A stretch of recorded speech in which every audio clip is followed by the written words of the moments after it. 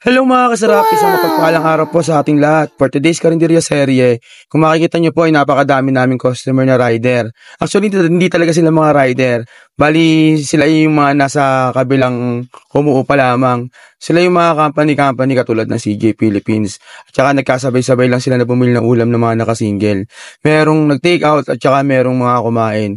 So mga kasarap, mga oras na to ay hindi kayo maganda o gaga. Actually, wala pang lunch break niyan. Nakakatuwa lang at mga nagkasabay-sabay yung mga customer namin. So mga kasarap, titingnan natin yung parking. Kung makikita nyo ay may nakapark din dyan na customer natin na mga nakasingle. Although nandyan din yung single na motor ni Esan, may nakapark din dyan pati van. Tsaka yung parking na yan ay laging pinaparkingan lagi ng mga tracking. So ngayon ay walang nakapark na tracking kung hindi mga sasakyan na kay Kuya Carl. Nasa tabi natin yung umuupa din sa kabila na si Kuya Carl. Na may hawak ng mga kahoy. Tsaka yung mga para mga olds na kahoy yung binibenta nila, mga galing sa mga na-sheriff na bahay.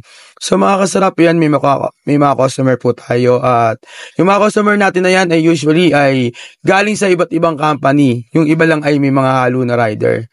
So, di tayo maganda mayo sa mga customer natin at sobrang blessed natin ng umaga na to kasi ang dami talaga nating customer, halos wala pang lunch break. Kaya pinakiusapan ko na si Esa na siya muna ang magbantay sa kaha dahil tutulong ako. Isinet ko na lang muna yung camera dito sa harapan para meron tayong pang content. So, si Esa muna ang nasa kaha at kami ni Miranova ang nasa harapan kasi gawa ng wala si Maldiz at hindi siya pumasok dahil nag-off siya. Pero ang totoo ay nandiyan lang naman si Maldiz sa taas, sa attic, doon siya natulog. Hindi ko nga siya pinagising kasi alam naman na, summer, iinit yung yero na attic. Tingnan natin kung makakatagal dun si Maldiz. Minsan kasi may pagka-pilo din kasi tayo eh. Titingnan natin kung anong oras sila babangon dahil sinabihan ko si Lala, wag gigising si Maldiz at ayaan ako sang gumising. Dahil gawa ng pag uminit, ang bubong at uminit, ang panahon ay iinit din dun sa may attic. Dahil karton lang yun nandun na pangkisame. So mga kasarap, kami lang dalawa dyan ni Miranova ang tumutulong sa harapan. At si Neni naman at saka si Genggeng ay sila ang tumutulong sa kusina at si Neni ang nagra-runner. Meron tayong customer dito kasarap na binayaran na yung kinain niya. Bali hindi ko masabi kung taong grasa ba to or what. Kaya lang ay pero okay naman na kumain siya at binigyan natin siya ng pagkain at ulam. Kaya lang medyo disappoint lang tayo dun sa point na after niya kumain, bumili siya ng Yossi.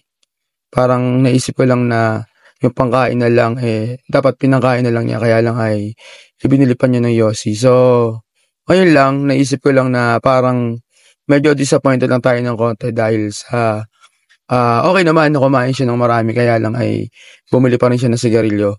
Ngayon siya mga kasarap po yung nasa table 5. Kung makikita nyo ay sobrang payat na payat, madumi ang damit, at para talaga siyang taong grasa. At pinakain natin siya and then yung customer naman ay nagbigay na 50 pesos para dun sa ulam. So okay na yun. Kaya lang ay nakaka-disappoint lang na kasi nagyosi pa siya. So yun mga kasarap, tuloy-tuloy lang yung dating ng mga customer natin at si Miranova ang nasa harapan and then tumutulong ako ng magkaha kapag umaalis si Esan. Nga pala mga kasarap, pinihin ko po ng dispensa yung aking pag-voice over gawa ng ako po ay medyo malat pa at paos at hindi pa rin bumabalik yung aking boses simula nang kami ay mag-DRT. Simula nung kami naligo sa Talumpari sa DRT, sobrang ganda at sobrang memorable yung experience na nangyari sa amin. Siyempre, masaya dahil nagkabanding kami ng anak ko si Esan. So yung mga kasarap, si Esan ay tumutulong pa rin dahil gawa nga ng wala nga siyang pasok ngayon. Pero pili ko aalis yan mamaya. Magpapaalam lang yan. Pero aalis din yan.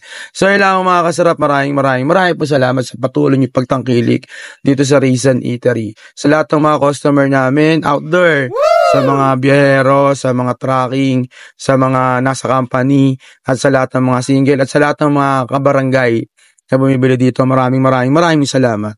So yun lang mga kasarap, maraming salamat at lagi po natin tatandaan na lahat pwede pero hindi lahat dapat. Muli po, ako po ang inyong kasarap na si Edsel Hernandez. Kasarap. Bye-bye!